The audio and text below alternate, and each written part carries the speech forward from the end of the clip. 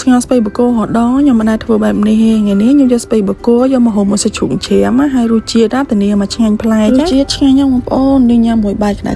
ញ៉ាំទៅប្លែកម្យ៉ាងដែរតាបងប្អូនព្រមផ្សំសម្រាប់ស្ងោរខ្ញុំស្ពៃបកគោម្ដុំការ៉ុតម្ដុំនេះចាប់ដើមធ្វើមកយើងយកស្ពៃបកគោហាន់ដូចខ្ញុំចឹងណាហើយការ៉ុតក៏ហាន់ដូចខ្ញុំចឹងដែរហាន់ដុំតូចៗចាយើងហាន់បន្លែយើងរួចរាល់ហើយយើងទុកម្ល៉េះសិនយើងចាប់ដើមមកមើលផ្នែកសាច់ខ្ញុំយកសាច់ជ្រូក3ជាន់ហើយយើងមកច្រាមបែបនេះហើយយើងដាក់គ្រឿងទេសចូលដាក់ស្ករប៊ីចេងម្សៅស៊ុបហើយនឹងទឹកត្រីកុំភ្លេចអសោះគឺថែមម្រេចតិចឲ្យហឹរឆ្ងាញ់ចាប់ដើមច្បល់ឲ្យវាចូលជាតិចូលគ្រឿងគ្នាល្អហើយយើងទុកវាម្ល៉េះសិនដែរហើយយើងចាប់ដើមយកស្ពៃបកគោយើងដាំទឹកឲ្យពុះហើយយើងយកមកជ្រលក់ដូចខ្ញុំបែបនេះឲ្យវាទន់ៗណាគ្រាន់តែជ្រលក់បានហើយយើងកុំទុកស្ងោរឲ្យវាទន់ពេកកុំឲ្យវាឆ្អិនជ្រុលណាយើងធ្វើបែបនេះដើម្បីយកស្ពៃយើងយកទៅរុំមួយសាច់ជ្រូកដូចខ្ញុំចេះរបៀបរុំគឺយើងយកស្ពៃយើងដែលបានជ្រលក់ទឹកមកញ៉ជ្រលក់ទឹកក្តៅយើងដាក់លើជ្រុញហើយយើងដាក់សាច់យើងដែលបានលាយមកញ៉យើងចាប់ដើមមកហុំដូចខ្ញុំបែបនេះហើយយើងបន្តរុំស្ពៃយើងរហូតរុំតតែអស់ស្ពៃយើងណាយើងមើលទៅរៀងយូរតែងាយស្រួលធ្វើបងប្អូនមូលតាមផ្លែដែររួចរាល់ហើយពេលយើងមូលហើយយើងយកឈើចាក់ថ្មិញហើយយកមកចាក់ដូចខ្ញុំបែបនេះកុំជៀសវាងពេលយើងស្ងោរទៅវាលា